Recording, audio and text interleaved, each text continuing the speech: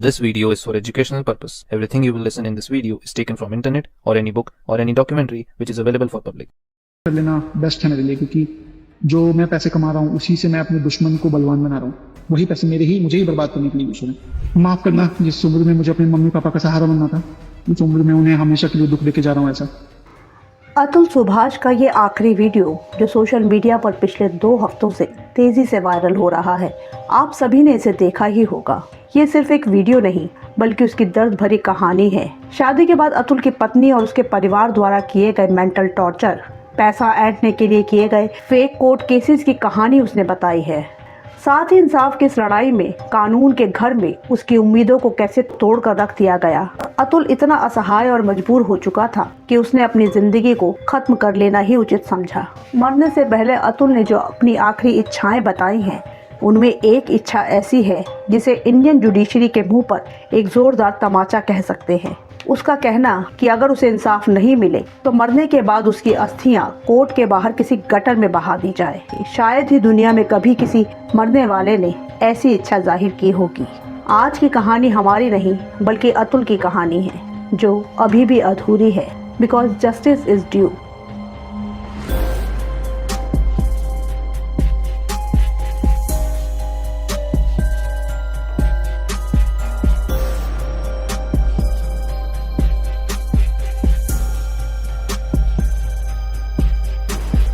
आज हम बात करेंगे अतुल सुभाष की, लेकिन दरअसल ये कहानी है दहेज की, तलाक की, पति पत्नी के रिश्तों की।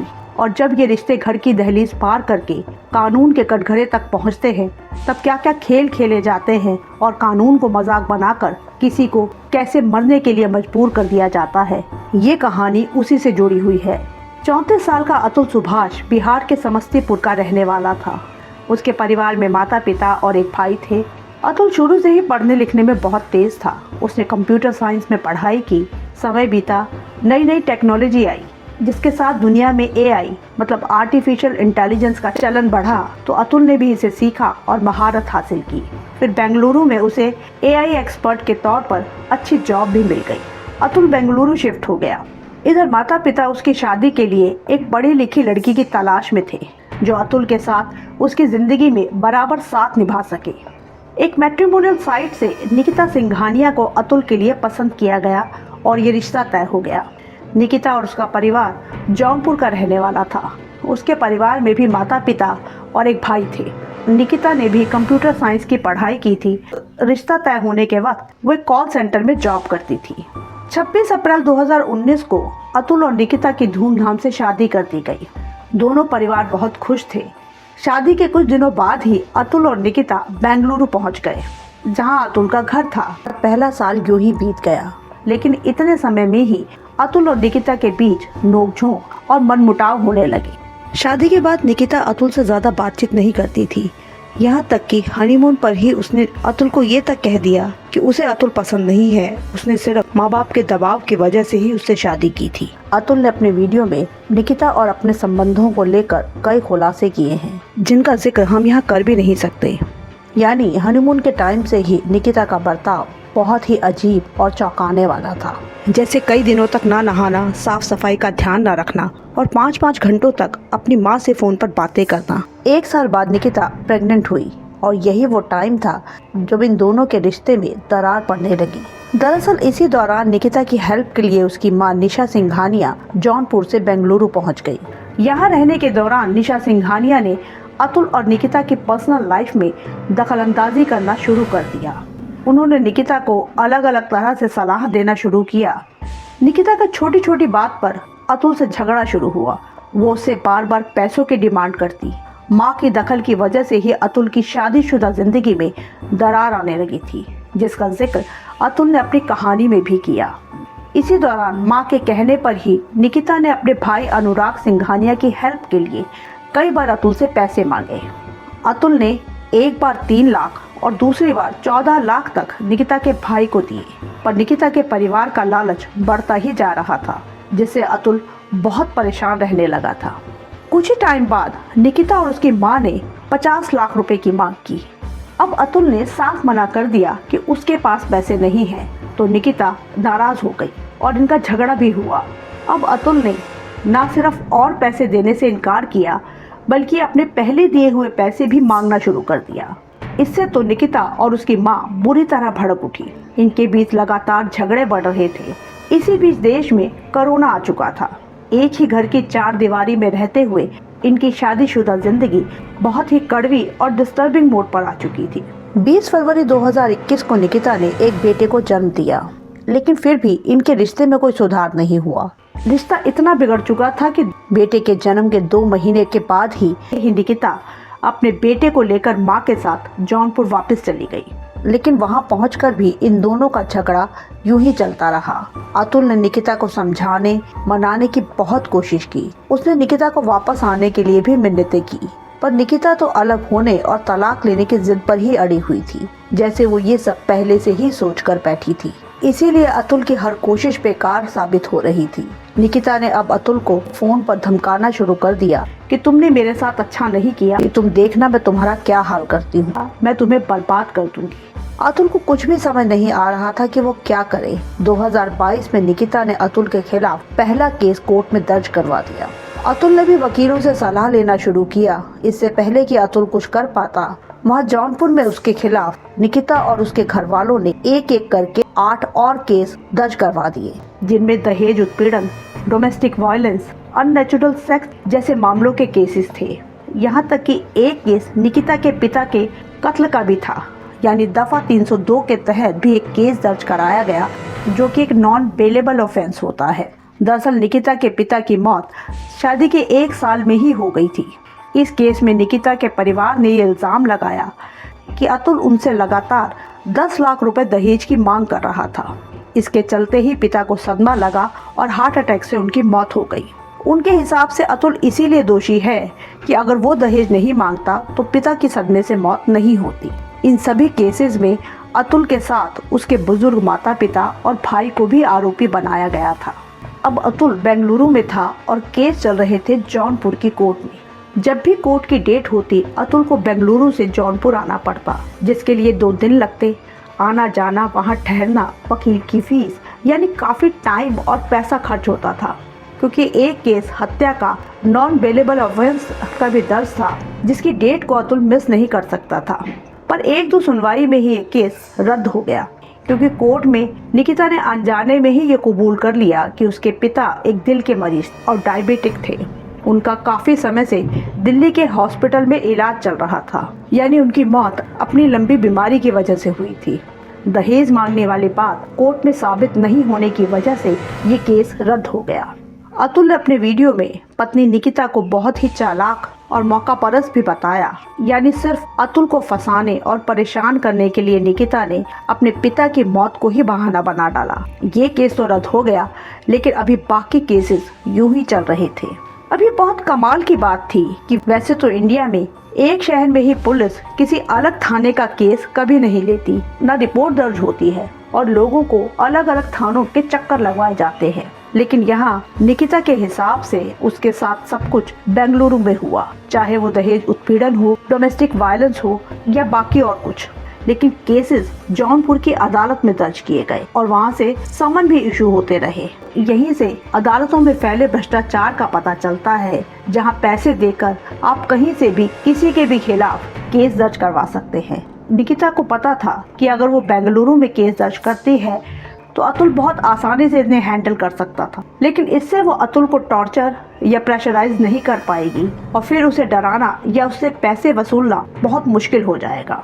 पिछले 2-2.5 सालों में करीब 120 कोर्ट की डेट पड़ी। अतुल को साल में सिर्फ 23 छुट्टियां ही मिलती थी। डेट पड़ने पर अतुल हर बार जौनपुर पहुंचता, लेकिन 120 में से सिर्फ 40 बार ही अदालत में सुनवाई हुई। बाकी डेट्स पर जब भी वो जौनपुर गया, तब या तो जज छुट्टी पर होता था, कभी कहा जाता था कि जज का तबादला हो गया, जब नए जज आएंगे तो सुनवाई होगी।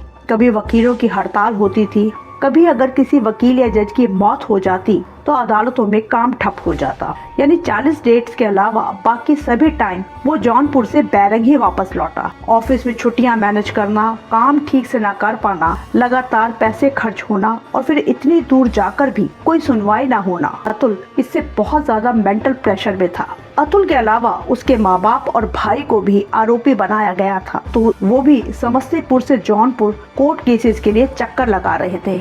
अतुल पर एक केस रद्द होने के बाद निकिता और उसकी फैमिली हाई कोर्ट पहुंच गई, जहां अतुल को टॉर्चर करने के लिए एक केस को फास्ट ट्रैक कोर्ट में चलवाने की अपील डाल दी गई। वैसे इंडियन कोर्ट्स में सैकड़ों केसेस सालों पेंडिंग पड़े रहते हैं, जिनकी सुनवाई ही शुरू नहीं होती। लेकिन यहाँ पैसे का कमाल देखिए कि केस फौरन शुरू भी हो गया। अब हालत ये हो गई कि केस की डेट जल्दी जल्दी पड़ने लगी। कभी कभी तो अतुल जैसे ही एक डेट निपटाकर बेंगलुरु पहुंचता, उसे फिर से 2 दिन बाद ही जौनपुर पहुंचने का समन आ जाता। इस केस में तो 1 महीने में ही 8 बार तक उसे फास्ट ट्रैक कोर्ट में पेश होना पड़ा। उसका एक पैर बेंगलुरु में और एक जौनपुर में था। उसे समझ ही नहीं आ रहा था कि वो क्या करे। वो नौकरी और कोर्ट केसेस के बीच फंसा हुआ था और गहरे दबाव में था। उधर निकिता और उसके परिवार का बर्ताव समय के साथ साथ बदतर होता जा रहा था। जब भी कोर्ट में अतुल का उनसे सामना होता तो ये लोग अतुल को जलीकटी सुनाते और उसे जलील करते।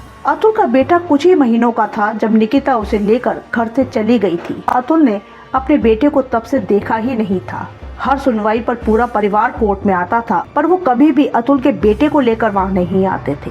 अतुल ने कई बार रिक्वेस्ट की, लेकिन निकिता ने उसे बेटे से मिलाने के लिए साफ इनकार कर दिया और इसी तरह से वो अतुल को परेशान करना चाहती थी।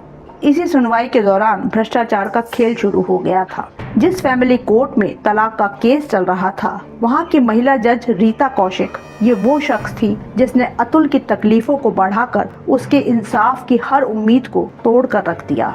उसने अपने वीडियो में भी बताया कि किस तरह फैमिली कोर्ट की प्रिंसिपल जज रीता कौशिक और उनका पेशकार भ्रष्टाचार में डूबे हुए हैं। पैसे लेकर डेट डलवाना या कैंसिल करवाना कितना आसान है, और ये सब कुछ जज रीता कौशिक के सामने अदालत में ही होता था। कई बार कोर्ट में सब कुछ मौजूद होते हुए भी सिर्फ अतुल को टॉर्चर करने के लिए नई डेट दे दी जाती थी।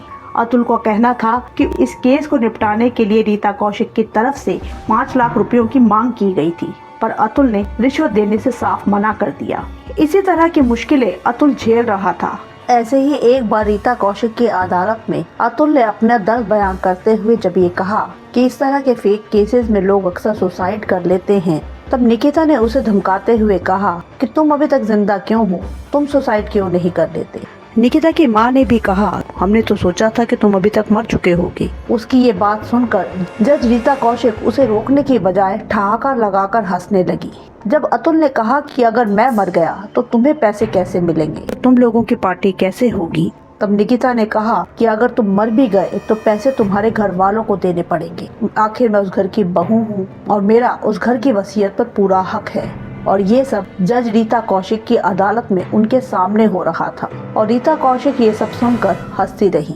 यही वो मौका था जब अतुल को यकीन हो गया कि अब इस चक्रव्यूह से निकलना बहुत मुश्किल है।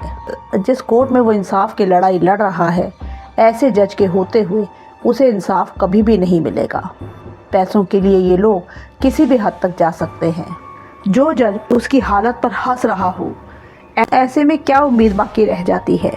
पर हद तो तब हो गई जब बिना किसी सुनवाई के जज रीता कौशिक ने एक फैसला सुना दिया कि जब तक निकिता और अतुल के तलाक का फैसला नहीं होता, तब तक अतुल को निकिता और उसके बेटे के लिए मेंटेनेंस के तौर पर 80,000 रुपये हर महीने देने होंगे। 40,000 निकिता के लिए और 40,000 उसके बेटे के लिए। अब जरा सोच के देखिए कि 1.5-2 साल के बच्चे के लिए 40,000 रुपये बहुत बड़ी रकम थी, वो भी जौनपुर जैसे शहर में। पर मजबूरन अतुल ये रकम दे भी रहा था। यहाँ हम आपको बता दें कि निकिता पिछले 3 सालों से गुड़गांव की एक IT कंपनी में काम कर रही थी, जहाँ वो सीनियर AI इंजीनियरिंग कंसल्टेंट की पोस्ट पर थी और उसकी सैलरी काफ़ी अच्छी थी। लेकिन इसके बावजूद वो अतुल को लूटने के लिए ज़्यादा पैसों दबाव बना रही थी। उधर अतुल की सैलरी 84,000 थी, जिसमें से 80,000 उसे निकिता को मेंटेनेंस के तौर पर देने पड़ रहे थे। पर यह सब यहीं नहीं रुका। कोर्ट में हर मुलाकात पर निकिता ये रकम बढ़वाने की बात कहती। कि महंगाई बढ़ेगी, आगे खर्चे बढ़ेंगे तो मेंटेनेंस की रकम भी बढ़ेगी। अतुल जब भी उसे अपनी मजबूरी बताता वो हर बार उसे धमकाती कि तुम्हें पैसे देने ही पड़ेंगे। अतुल हर कोशिश करके हार चुका था। निकिता और उसका परिवार न जाने किस ख्याल में था।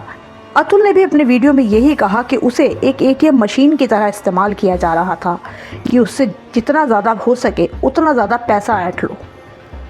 अतुल के आखिरी बयान के हिसाब से निकिता और उसके परिवार ने इस केस को निपटाने के लिए अतुल से 3 करोड़ रुपए की मांग की थी। अतुल बुरी तरह से निराश हो चुका था। अतुल टूट चुका था कि ये सब ऐसे नहीं रुकेगा। उसके ही दिए हुए पैसों का इस्तेमाल उसके ही खिलाफ किया जा रहा था। उसी के दिए पैसों से नए नए केस किए जा रहे थे, वकीलों की फीस जा रही थी, जज और पेशकार को रिश्वत देकर मनचाही डेट्स और फैसले करवाए जा रहे थे। उसे समझ आ रहा था कि ये सब उसे ही बर्बाद करने में लगे हुए हैं। अब उसे इसी साइकिल को तोड़ना था जिसकी कड़ी उसे बनाया जा रहा था। कई महीनों के विचार के बाद उसने एक बहुत ही मुश्किल फैसला किया, यानी अपनी जान देने का फैसला। 9 दिसंबर 2024 को बेंगलुरु के घर में अपने लैपटॉप पर उसने 1 घंटा 42 मिनट का वीडियो रिकॉर्ड किया, जिसमें उसने अपनी पूरी कहानी बताई कि किस तरह उसकी पत्नी और उसके परिवार ने उसकी ज़िंदगी को नरक बनाकर रख दिया है और उसके पास अपनी जान देने के अलावा और कोई रास्ता ही नहीं बचा है। उसे मरने के लिए मजबूर करने वाले 6 लोगों का नाम भी उसने बताया। आप ये जानकर हैरान होंगे कि उस लिस्ट में सबसे पहला नाम उसकी पत्नी निकिता का नहीं बल्कि जज रीता कौशिक का था। दूसरा निकिता सिंघानिया, तीसरा उसकी सास निशा सिंघानिया, चौथा उसके साले अनुराग सिंघानिया, पांचवा चाचा ससुर सुशील सिंघानिया और छठा रीता कौशिक का पेशकार। अपनी कहानी के अलावा उसने 24 पन्नों का एक सुसाइड नोट भी छोड़ा, जिसमें उसने इंडियन जुडिशरी में फैले भ्रष्टाचार के खिलाफ कई बातें बोली, क्योंकि यही वो सबसे बड़ा फेलियर था जिसके बाद उसकी सारी उम्मीदें खत्म हो गई थी। इसीलिए उसने रीता कौशिक का नाम भी उस लिस्ट में सबसे पहला लिखा। उनके बर्ताव के बाद ही उसे यकीन हो चला था कि वो इस लड़ाई को आगे ज़्यादा नहीं लड़ पाएगा और उसे इंसाफ नहीं मिलेगा। खुदकुशी के फैसले के पीछे सबसे बड़ी वजह रीता कौशिक ही थी। इस वीडियो में अपने फैसले के लिए उसने अपने परिवार से माफ़ी मांगी और अलग अलग 12 इच्छाएं भी जाहिर की। उससे जुड़े सारे केसेस की सुनवाई लाइव की जाए। मेरे मरने से पहले का ये वीडियो और 24 पन्नों के सुसाइड नोट को कोर्ट में एक एविडेंस के तौर पे लिया जाए। जज रीता कौशिक और उनके पेशकार के खिलाफ जांच बिठाई जाए। उसके बेटे की कस्टडी उसके दादा दादी को दे दी जाए, क्योंकि निकिता उसे सही संस्कार नहीं दे पाएगी। मेरे मरने के बाद निकिता या उसके परिवार के किसी भी शख्स को उसकी बॉडी को छूने नहीं दिया जाए। जब तक अतुल के आरोपियों को सजा ना मिल जाए तब तक उसकी अस्थियों का विसर्जन ना किया जाए। मेरे गुनहगारों को मैक्सिमम सजा दी जाए। मेरे माँ बाप को मेरे जाने के बाद झूठे केसेस में ना फंसाया जाए और मेरे मरने के बाद मेरी पत्नी निकिता और उसके घर वाले से कोई नेगोशिएशन या समझौता ना किया जाए। अगर मेरी पत्नी निकिता और उसका परिवार मेरे जाने के बाद उन केसेस को विड्रॉ करना चाहे तो उसे इसकी इजाज़त ना दी जाए। इसके अलावा अगर इंसाफ नहीं मिल पाता तो उसकी अस्थियाँ कोर्ट के बाहर ही किसी गटर में बहा दी जाए। और वाकई उसकी इस अंतिम इच्छा ने सबको हिलाकर रख दिया। इस सब के बाद ही अतुल ने अपनी ज़िंदगी को ख़त्म कर लिया। वीडियो वायरल होने के बाद जब पुलिस उसके घर पहुंची तो वो सुसाइड कर चुका था और उसके कमरे में दीवार पर सुसाइड नोट के साथ बड़ा बड़ा लिखा हुआ था, जस्टिस इज़ ड्यू। अतुल की मौत की खबर से उसका परिवार पूरी तरह से टूट गया। माँ बाप का रो रो के बुरा हाल था।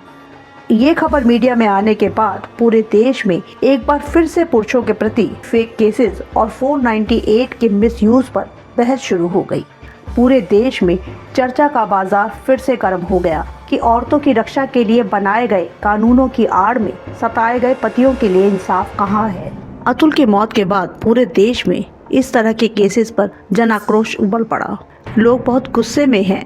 लोग लगातार 498 के लॉ में सुधार की मांग कर रहे हैं ताकि उसकी आड़ में किसी निर्दोष को न फंसाया जा सके। जहां कुछ लोग उससे सपोर्ट कर रहे थे और उसकी कहानी पर दुख प्रकट कर रहे थे, वही कुछ लोग ऐसे भी थे जो उसे कायर कह रहे थे कि वो इतनी जल्दी हार मान गया। ये बात इतनी बड़ी नहीं थी। सच भी है, इंडिया में हजारों लाखों केस ऐसे हैं जहां पीड़ित पुरुष सालों इस तरह की लड़ाई लड़ते रहते हैं। फिर भी हम यही कहेंगे कि सुसाइड करना कोई सोल्यूशन नहीं है। अपनी जान देने और इतने सबूत सामने रखने के बाद भी अगर अतुल को इंसाफ नहीं मिला तो क्या होगा। अतुल की मौत के बाद उसके परिवार की तरफ से बेंगलुरु में निकिता और उसकी फैमिली के खिलाफ FIR दर्ज करवाई गई।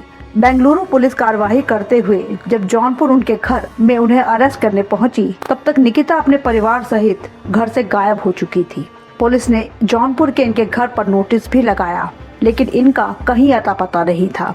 इनके फोन नंबर सर्विलांस पर लगाए गए। निकिता दिल्ली के पास गुड़गांव में छिपी हुई थी। उसकी माँ और भाई प्रयागराज भाग गए। ये लोग वहाँ बेल लेने की कोशिश में लगे हुए थे, पर निकिता की लोकेशन मिलने पर उसे गुड़गांव से पकड़ लिया गया। फिर उससे ही मां निशा सिंघानिया और भाई अनुराग के प्रयागराज में छिपे होने का पता चला। अतुल की वीडियो के बाद पब्लिक का इन पर बहुत ज़बरदस्त गुस्सा था। पुलिस को इस बात का डर था कि इनके अरेस्ट होने पर अगर पब्लिक या प्रेस को इस बात का पता चल गया तो ज़रूर हंगामा हो जाएगा और इन्हें बचाना बहुत मुश्किल होगा। इसीलिए बेंगलुरु पुलिस ने बहुत ही खुफिया तरीके से अपना काम किया।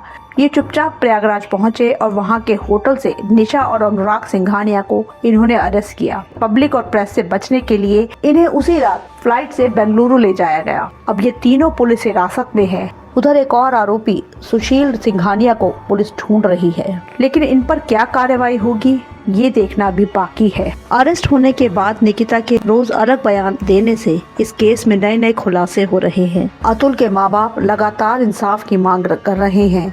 इस वक्त उन्हें सबसे ज्यादा चिंता अपने पोते की है, जिसका कहीं कुछ अता पता नहीं है। वो चाहते हैं कि उसे ढूंढकर उनके हवाले कर दिया जाए।